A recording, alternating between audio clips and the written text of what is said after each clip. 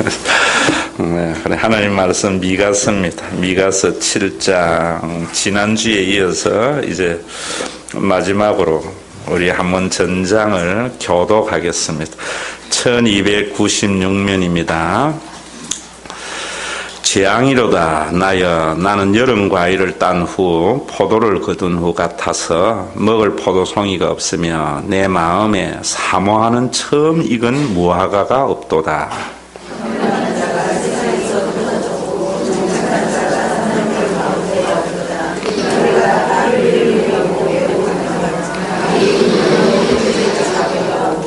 두 손으로 악을 부지런히 행하는도다. 그 지도자와 재판관은 뇌물을 구하며 권세자는 자기 마음의 욕심을 말하며 그들이 서로 결합하니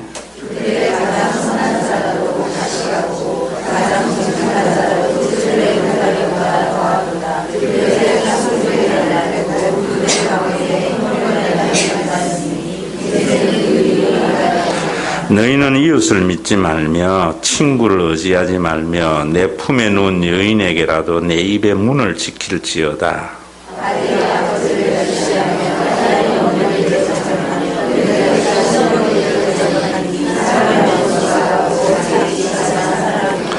오직 나는 여호와를 우러러보며 나를 구원하시는 하나님을 바라보나니 나의 하나님이 나에게 귀를 기울이시리로다.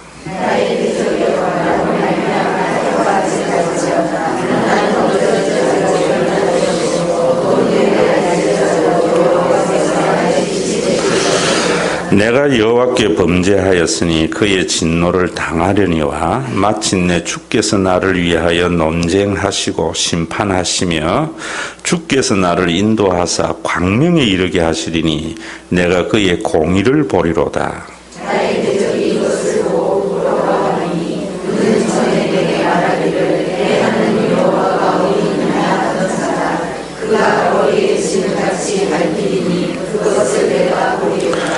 내 성벽을 건축하는 날 곧 그 날에는 지경이 넓혀질 것이라.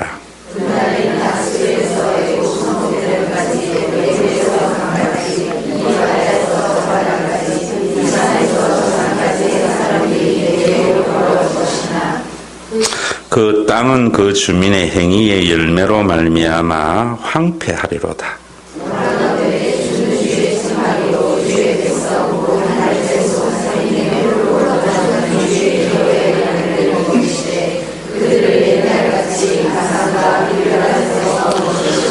이러시되 내가 애굽 땅에서 나오던 날과 같이 내가 그들에게 이적을 보이리라 하셨느니라.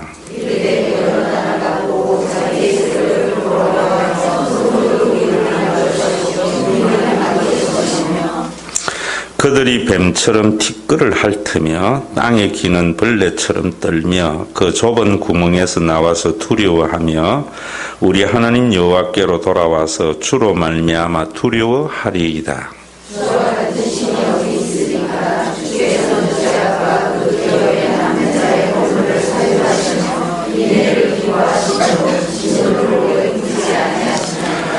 다시 우리를 불쌍히 여기셔서 우리의 죄악을 발로 밟으시고 우리의 죄를 깊은 바다에 던지시리이다. 주께서 옛적에 우리 조상들에게 맹세하신 대로 야곱의 성실을 베푸시며 아브라함에게 인애를 더하시리이다. 아멘. 이제 미가서를 마치고 다음 수요일부터는 나훔을 하게 될 텐데요. 여러분들이 어떤 분들은 예수 평생 믿어도 소선지서 설교 한 번 들은 적이 없이 또 성경을 읽은 적이 없이 마치는 그런 분도 있습니다. 그래서 좀 어렵다고 하는 소선지서를 수요일날 하고 있습니다. 여러분 어렵다 하는 것은 뭐냐면 소선지서는 먼저 설교라는 것 이해하시면 좋을 것 같아요. 또 어떤 선지서는 선지자가 환상을 보고 또 하나님의 음성을 환청을 듣고 기록한 것도 있고 또 나중에 이제 스가랴서나 이런 거 볼 때 여러분들이 알겠지만은 미가서는 또 그런 상황은 없는 것 같아요. 미가서는 성경을 읽는 가운데 그 시대의 역사를 이렇게 하나님이 주시는 은혜의 마음을 쭉 기록해놓은 것 같아요. 다양하게 하나님은 역사하세요. 근데 어렵다고 하는 이유는 그 시대적 배경을 알아야만이 이해가 되기 때문에. 여러분, 목사님의 설교도 우리 시대 또 동백에 있는 신과 회복 있는 교회 교인들에게는 이해가 되지만 다른 분들은 또 이해가 안 될 수도 있어요. 설교는 현장감이거든요. 그래서 제가 방배동에서 설교할 때하고 동백에서 설교할 때하고 옛날에 응암동에서 설교할 때는 달라요. 왜냐하면 신앙의 상태도 다르고 삶도 다르기 때문에. 설교는 절대적인 진리는 아니에요. 주관적인 진리일 수는 있겠지만 성경은 절대적인 진리, 객관적인 진리예요. 이 말도 좀 이해가 됐으면 싶고, 그럼 미가서는 여러분들에게 말씀을 드릴 때에 이스라엘 백성들이 솔로몬과 다윗 시대, 그 시대가 가장 아름다운 시대였어요. 남북이 나뉘어지기 전이었고 굉장히 풍요로운 시대였습니다. 세계적으로도 열강들이 힘을 발휘하지 못할 때입니다. 애국은 힘을 잃어버렸고 또 아시리아나 바벨론, 메소포타미아 문명 지역에는 강력한 제국이 나타나기 전이었어요. 그 와중에 이제 이 다윗과 솔로몬 왕조는 굉장히 번성을 했습니다. 경제적으로도 번성했지만은 무엇보다도 선한 통치가 있어서, 하나님의 통치가 있어서 모든 백성들이 무화과 나무 아래서 안연히 거하였다. 참 편안했다. 어느 백성들은. 그러면서 또 성경은 그렇게 말합니다. 길에는 은이 굴러 달린 돌같이 굴러 다닐 만큼 풍요롭고 화해했다. 이런 시대가 점점 이제 남북조가 나뉘어져서 기울어져 갑니다. 기울어져 가다가 북쪽과 남쪽이 또 한 번에 아주 경제적인 번영을 이루는 때가 북쪽의 오모리 왕조, 남쪽에는 아마샤 시대예요.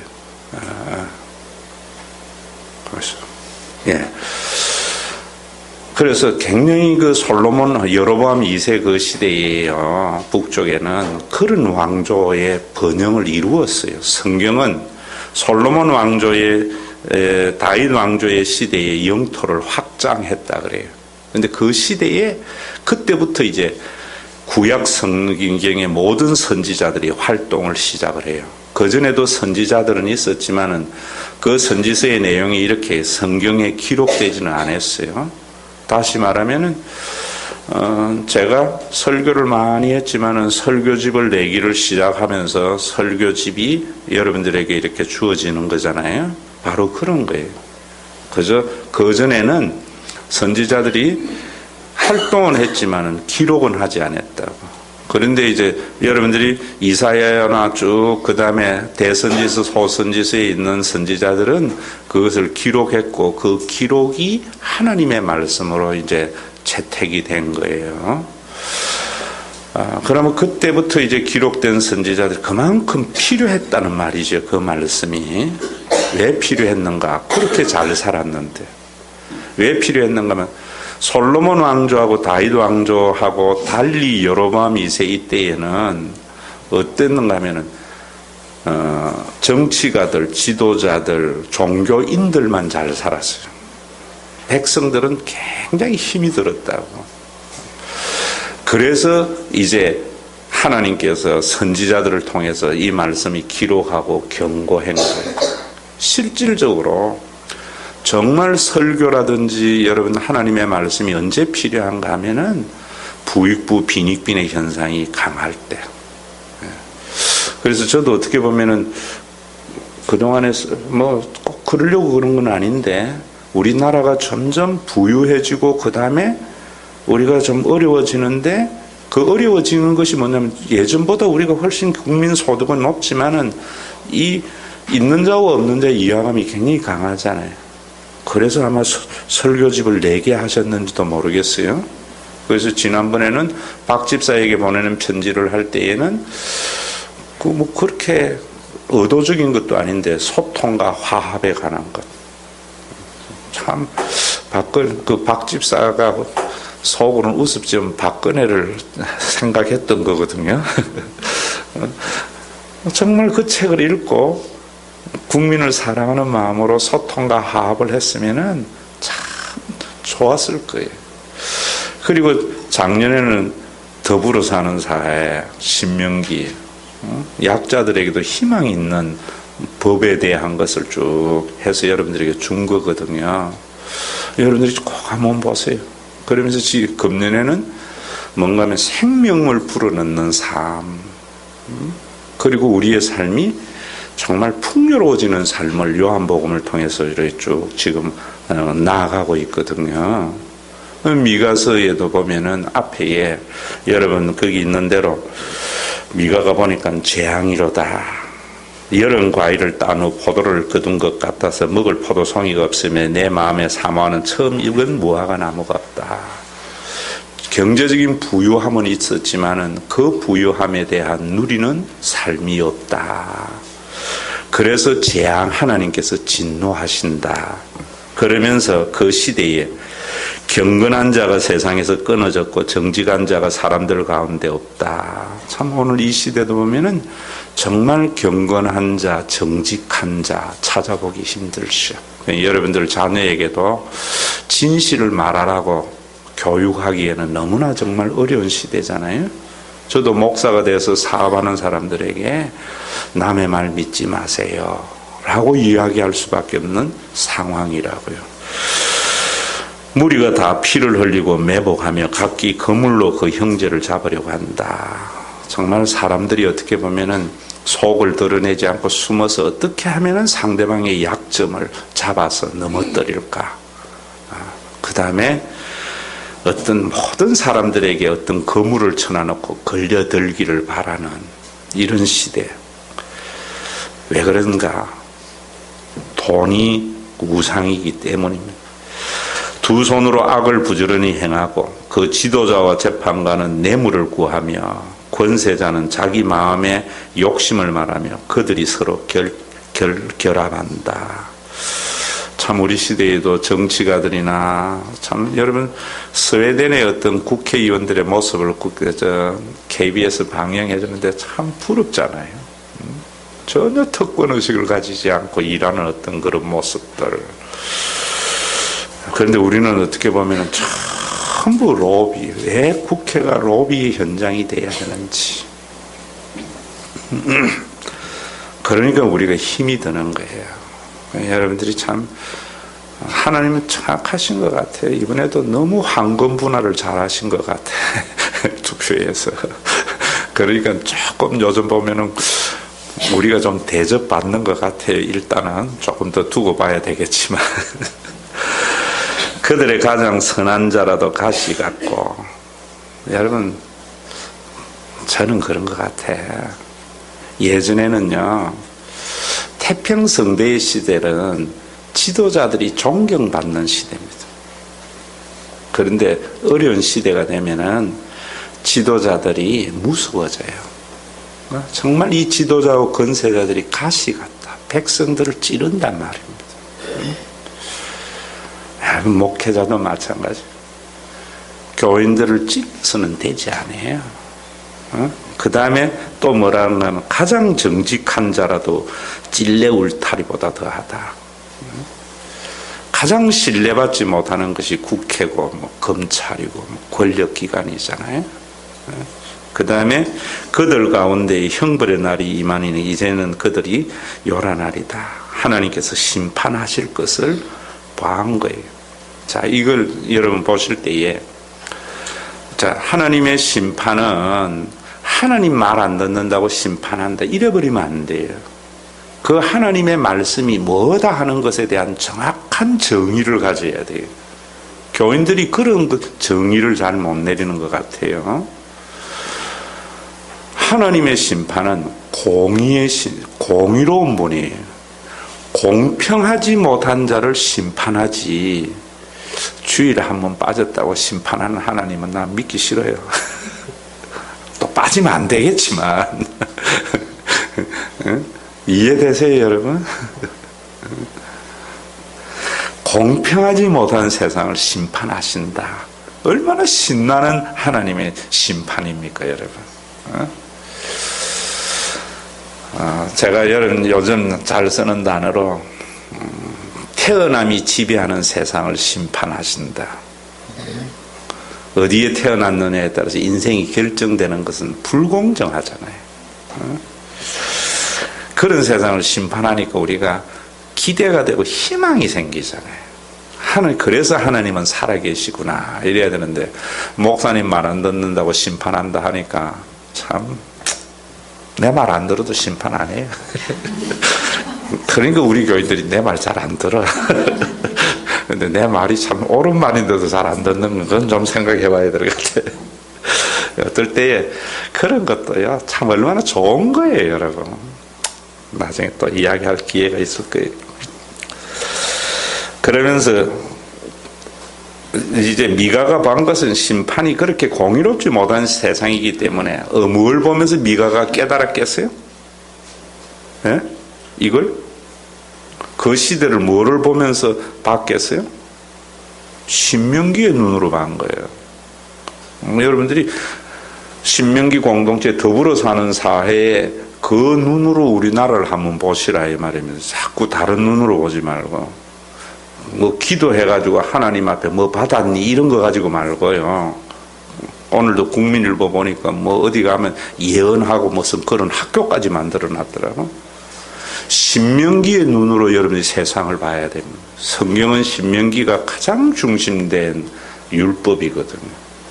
신명기의 눈으로 보니까 미가는 당연히 하나님께서 심판할 수밖에 없는 거예요. 왜냐하면 있는 자들이 서로 결탁을 해가지고 그들 가운데 가시 같고 백성들의 가죽을 베끼니까 하나님이, 그 공의로운 하나님이 공의로운 사회를 위해서 심판한다. 그러면서 이웃을 믿지 말며 친구를 의지하지 말며 네 품에 누운 여인에게도 내 입의 문을 지키며 아들이 아버지를 멸시하고 딸이 어머니를 대적하며 며느리가 시어머니를 대적하며, 또 하나 더 첨가하랬죠. 시어머니가 며느리도 대적하고 사람의 원수가 곧 자기의 집안의 사람이로다. 자 여러분, 이것이 그 시대상이에요. 그 시대상이에요. 자 이런 시대를 보면서 한탄하는 것은 선지자의 자세가 아니에요. 자, 이런 시대이지만은 그 다음에 중요한 전환이 생기는 거예요. 응? 7절 다 같이 읽습니다. 시작.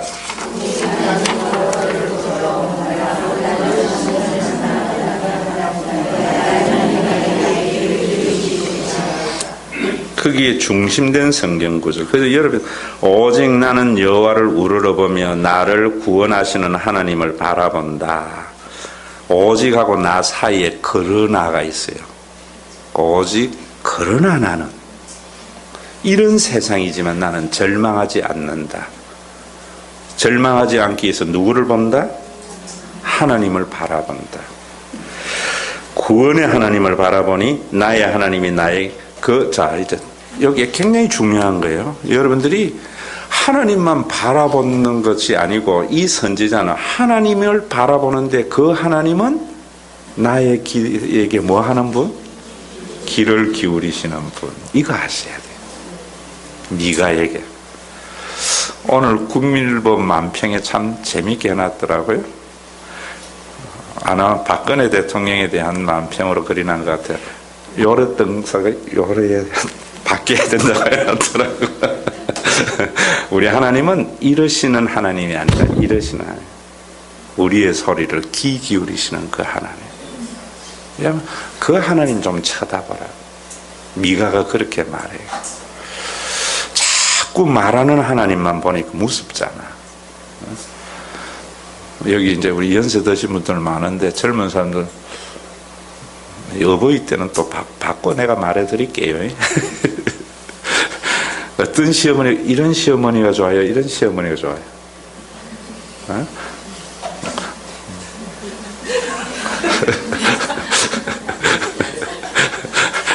이 싫은 시험을 여줬대. 하물며 하나님일까? 그런데 하나님이 참 좋은 거는 잠잠히 우리의 소리를 들으시는 미가가 지금 그 이야기를 해요. 그러니까 미가가 생각이 달라지는 거예요. 이 세상 망해야 된다고 했는데 미가가 이제 나의 대적이여 나로 말미암아 기뻐하지 말지어다. 나는 엎드러질지라도 일어날 것이요 어두운 데 앉을지라도 여호와께서 나의 빛이 되실 것이다. 미가가 하나님께서 내 소리에 귀를 기울이니까 나를 어두움에서 어디로 옮긴다고요? 빛으로 옮긴다. 그래서 빛으로 옮기게 되면 무엇이 일어난다? 공의를 보게 된다. 공평한 세상이 된다. 자, 그 다음에 또 뭐라는가 하면은 10절에 나의 대적이 이것을 보고 부끄러워하리니 그는 전에 내게 말하기를 내 하나님이 어디 있느냐 하던 자라. 그가 거리에 진흙같이 밟히리니 그것을 내가 보리로다. 내 성벽을 건축하는 날 곧 그날에는 지경이 넓어질 것이요 그날에는 아수리에서 애굽 성읍들까지 애굽에서 강까지 이 바다에서 저 바다까지 이 산에서 저 산까지 사람들이 내게로 돌아올 것이나 그 땅은 그 주민의 열매의 행위로 말미암아 황폐하리라. 자, 저를 보세요. 하나님께서 귀 기울이니까 어떤 것에 대한 희망이 생기는가 하면은 공의로운 세상이 이루어질 것이다. 그리고 지경이 넓어진다. 그 지경이 넓어지는 것은 그때는 신천지 아메리카가 이 발견되기 전이잖아요. 그저 그들이 아는 거는 애굽하고 메소포타미아 요 지경이 그러니까 애굽 하수에서 어디까지 항상 그렇게만 말하고 있다고. 아메리카는 왜 아메리카 된지 아세요? 이름이? 모르는구나. 콜럼부스하고 세종대왕하고 비슷한 시대잖아요. 콜럼부스가 땅을 발견했는데 서양 사는 사람들 이름 잘 못 짓잖아요. 그러니까 뭐 이세라든지 뭐 아니면은 전부 뭐 직업을 나타내는 이름 뭐 그런 거 성을 짓잖아. 그래서 이름 잘 짓고 말 잘하는 사람이 하나 동방에 있는데 하니까 세종대왕이라 하거든. 세종대왕에게 와서 내가 땅을 발견했는데 이름 뭐라 질까? 이러니까 세종대왕은 집 편지에서 열심히 훈민정음을 만드는데 이 코 큰 놈이 하나 와 귀찮게 하니까 뭐라는가 하면 가서 아무렇게나 말해줘라. 그래서 아메리카가 됐대.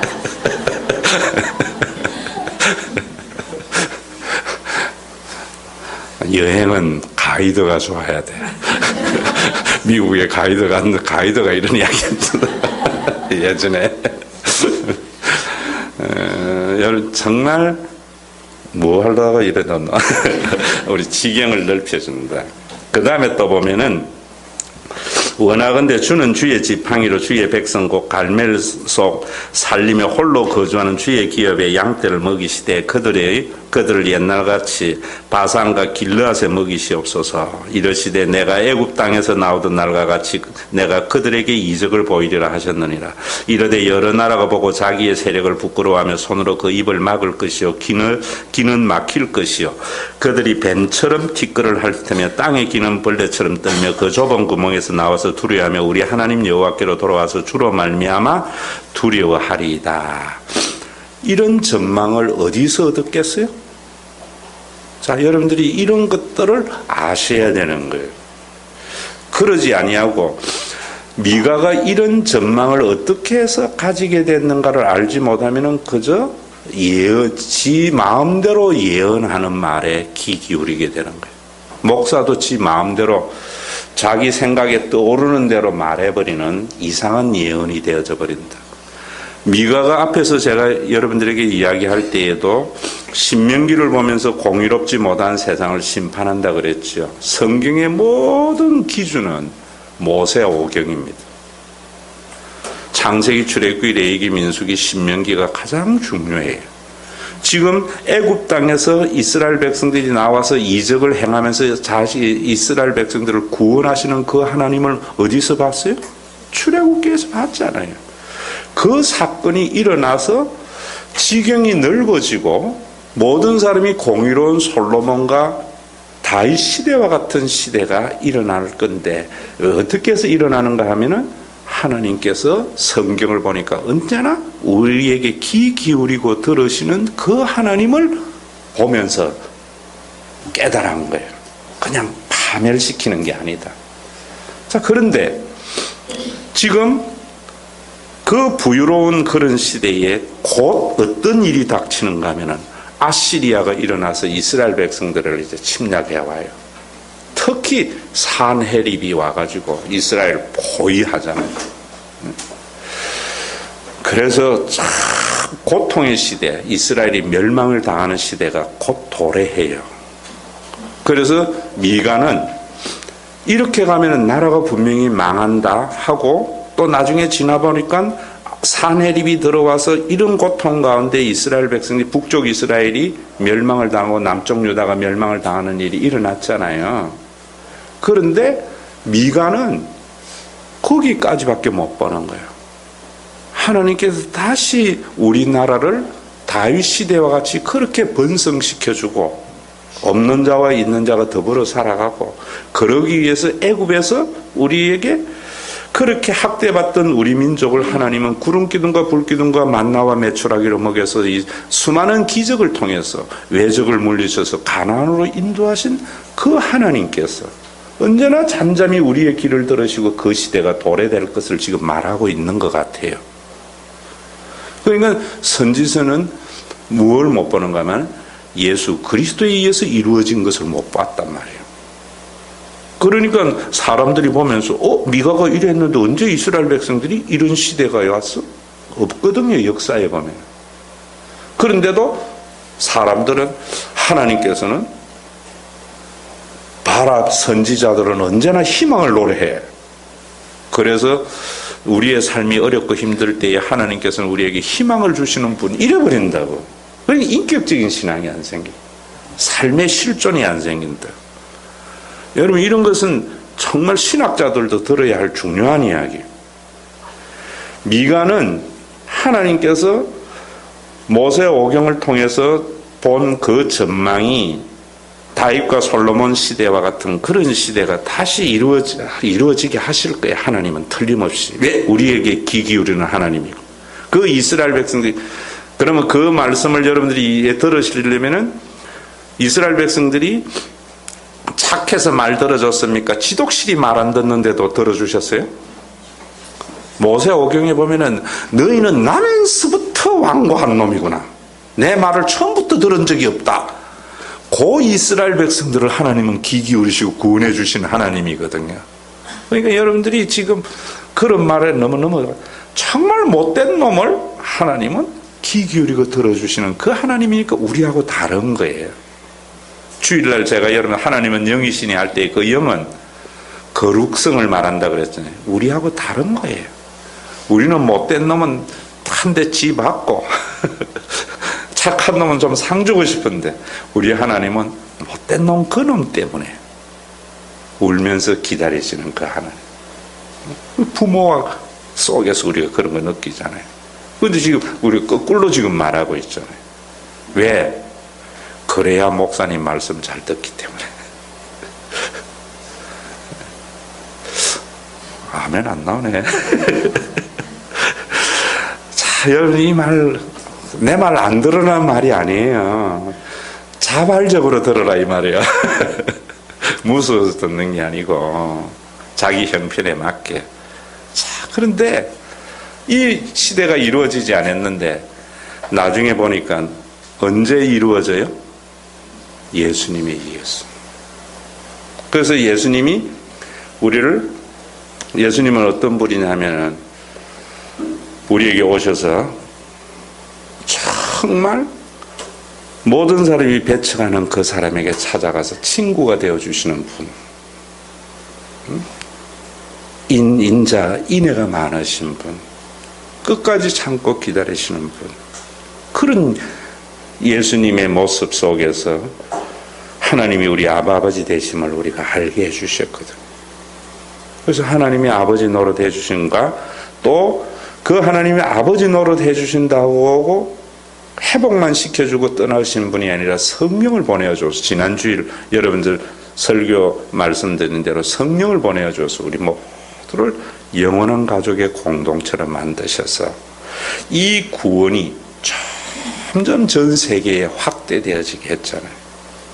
그래서 갈라디아서에 있는 대로 예전에는 종과 노예가 갈등을 하고 남자와 여자가 갈등하고 유대인과 이방인이 서로 대적을 했는데 예수는 성령이 임하시면서 유대인이나 이방인이나 남자나 여자나 노예나 종갓나 주인이나 다 그리스도 안에서 하나가 되는 이 아름다운 에클레시아 교회, 이 교회가 하나님의 아버지 되심을 증거하면서 전 세계로 확대되어지고 세상은 불공평하지만 교회는 참 공평한 곳이에요. 교회가 공평한 것을 여러분들이 무엇을 가지고 공평하다 하면 평등을 자꾸 주장하면 공산주의가 된다 했죠. 교회가 참 공평한 것은 아이들에게 어른 노릇하라 안 해요. 연세 드신 분들에게 젊은이의 힘을 요구하지 않아요. 젊은 것들이 열심히 일을 안 해도 믿음이 적은 줄 알고 기다려줘요. 그게 공평이에요. 이해되세요? 그게 공평이잖아요. 어린아이에게 여러분 장성한 어른의 능력을 기대하는 것은 불공평한 거죠. 그런데 오늘날 교회는 모두 다 장성한 어른의 노릇을 하기를 바라니까 힘이 드는 거야. 힘이 드는 거야. 그러니까 여러분 참 세상은 언제나 기준이요. 제일 힘 있는 사람의 기준이 되어져서 자꾸 그렇게 되라 하는 거예요. 그러니까 얼마나 우리가 힘드는 거예요. 세상에서.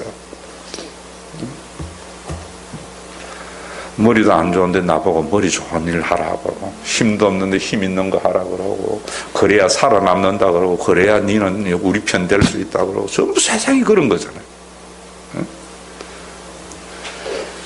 그런 세상에 하나님은 진짜 공평은 이런 거다. 영원한 가족의 공동체를 만들어 주신 이 전망을 봐셔야 돼요. 미가서를 보면서. 그래서 미가서에서 제가 여러분들 하면서 요나서는 뭐 안 보면 모르는 거라고요? 요나서를 읽을 때는 내 혈연의 가족만 챙기는 것이 얼마나 큰 제약인가 하는 것을 알아야 돼요. 미가서를 보면서 여러분들이 공평하지 못한 세상을 심판하시는 하나님을 아셔야 돼요.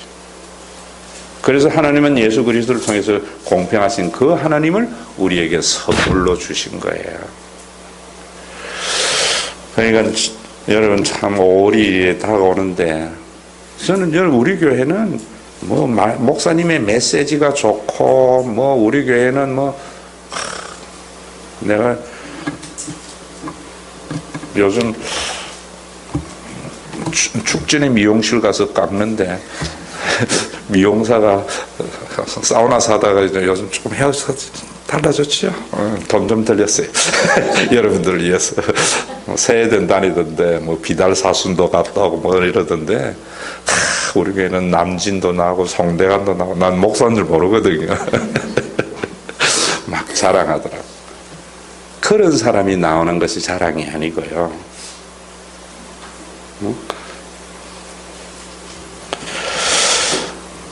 우리 교회는 어린아이에게 어른 노릇하라 하는 교회. 그래야 됩니다. 연세 드신 분들에게 장정의 힘을 발휘하라 하지 않는 교회.